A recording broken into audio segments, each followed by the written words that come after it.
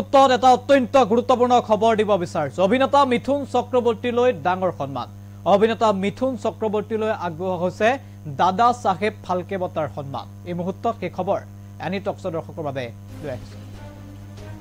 জনাইছো গুৰুত্বপূৰ্ণ খবৰ অভিনেতা মিথুন চক্ৰৱৰ্তীলৈ দাদা সাহেব ফালকে বঁটা 8 অক্টোবৰত অভিনেতাগৰাকীক প্ৰদান কৰা হ'ব এই বিশেষ বঁটা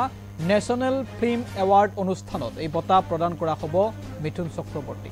সামাজিক মাধ্যমত এই তথ্য ইতিমধ্যে সদৰি কৰিছে মন্ত্ৰী অশ্বিনী বৈষ্ণৱ আমি জনাইছো এটা অত্যন্ত গুৰুত্বপূৰ্ণ খবৰ এই মুহূৰ্তত আৰু সমগ্ৰ দেশ জুৰিয়ে বিশেষভাৱে সমাদৰ লাভ কৰিছিল মিথুন চক্ৰৱৰ্তীয়ে আৰু মিথুন চক্ৰৱৰ্তী এগৰাকী অত্যন্ত জনপ্ৰিয় অভিনেতা বলিউডৰ সিনেমাত খলকনি লগোৱা মিথুন চক্ৰৱৰ্তীক লৈ সমগ্ৰ দেশজুৰি ব্যাপক চৰ্চা ইয়াৰ পূৰ্বে আৰম্ভ হৈছিল মিথুন চক্ৰৱৰ্তীৰ প্ৰায়সমূহ সিনেমাই হয়তো আপোনাৰ মোৰ সকলোৰে বাবে প্ৰিয় আৰু এগৰাকী যশস্বী অভিনেতা মিথুন চক্ৰৱৰ্তীক ইতিমধ্যে দাদা সাহেব ফালকে বঁটাৰে সন্মানিত কৰা হ'ব বুলি ইতিমধ্যে কেন্দ্ৰীয় চৰকাৰ মন্ত্ৰী অশ্বিনী বৈষ্ণৱে সামাজিক মাধ্যমযোগে কথা প্ৰকাশ কৰিছে আৰু তাৰ লগে লগে ইতিমধ্যে প্ৰতিক্ৰিয়া প্ৰকাশ কৰিছে মিথুন চক্ৰৱৰ্তীয়ে তেওঁ উল্লেখ কৰিছে যে মই কিদৰে আসলতে মোৰ অনুভৱ ব্যক্ত কৰিম সেয়া মই ভাবিয়ে পোৱা নাই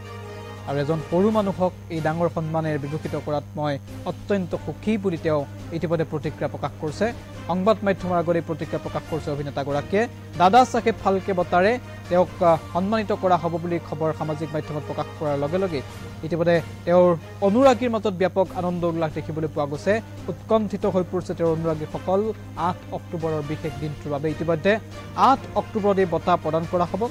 আৰু এই বঁটা প্ৰদান কৰা হ'ব আমি ইতিমধ্যে কৈছো নেশনেল ফিল্ম এৱাৰ্ডত এই বঁটা ইতিমধ্যে প্ৰদান কৰা হ'ব বুলি প্ৰকাশ কৰা হৈছে আৰু অশ্বিনী বৈষ্ণৱে টুইট কৰাৰ পাছতেই সামাজিক মাধ্যমত খলকনিৰ সৃষ্টি কৰিছে ইতিমধ্যে শুভেচ্ছা বাৰ্তা প্ৰেৰণ কৰা হৈছে মিথুন চক্ৰৱৰ্তীলৈ